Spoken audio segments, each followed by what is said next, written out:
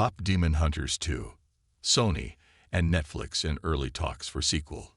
Looks like a Hunter/X reunion tour is in the works.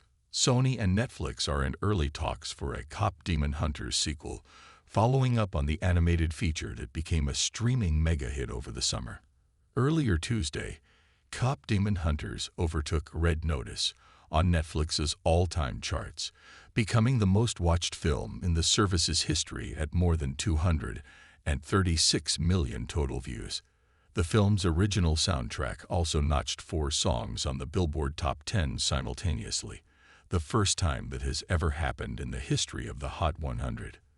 The KPop Demon Hunters phenomenon became such a supernova that it even prompted Netflix to break from its theatrical averse principles to give the animated movie a sing-along release in more than 1,700 North American theaters, even with only 2 days of special screenings.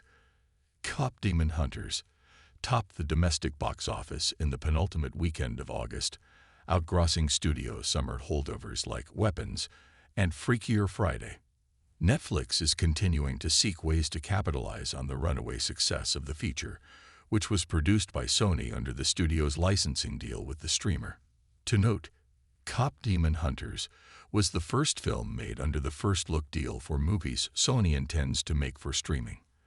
As Netflix prepares to launch in-person shopping destinations in both Philadelphia and Dallas ahead of the holiday season, the company has been constructing KPop Demon Hunters experiences on site. A remarkable fast-tracking decision, as layouts for the stores have already been in the works for years. In an interview with Variety, KPop Demon Hunters co-director Maggie Kang, who helmed the project with Chris Appelmans, floated hopes for a sequel, particularly in going beyond Hunter/X's lead vocalist Rumi to expand on the histories of her fellow group members Zoe and Mira.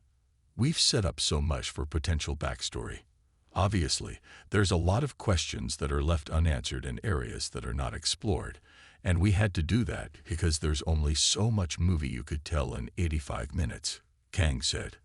"This was Rumi's story, and we have backstories for Zoe and Mira, ones that we actually put in the movie, but it just kind of rejected it. It just wasn't the movie for those stories." Puck first reported that Sony had entered into negotiations with Kang and Appelmans to return for a sequel.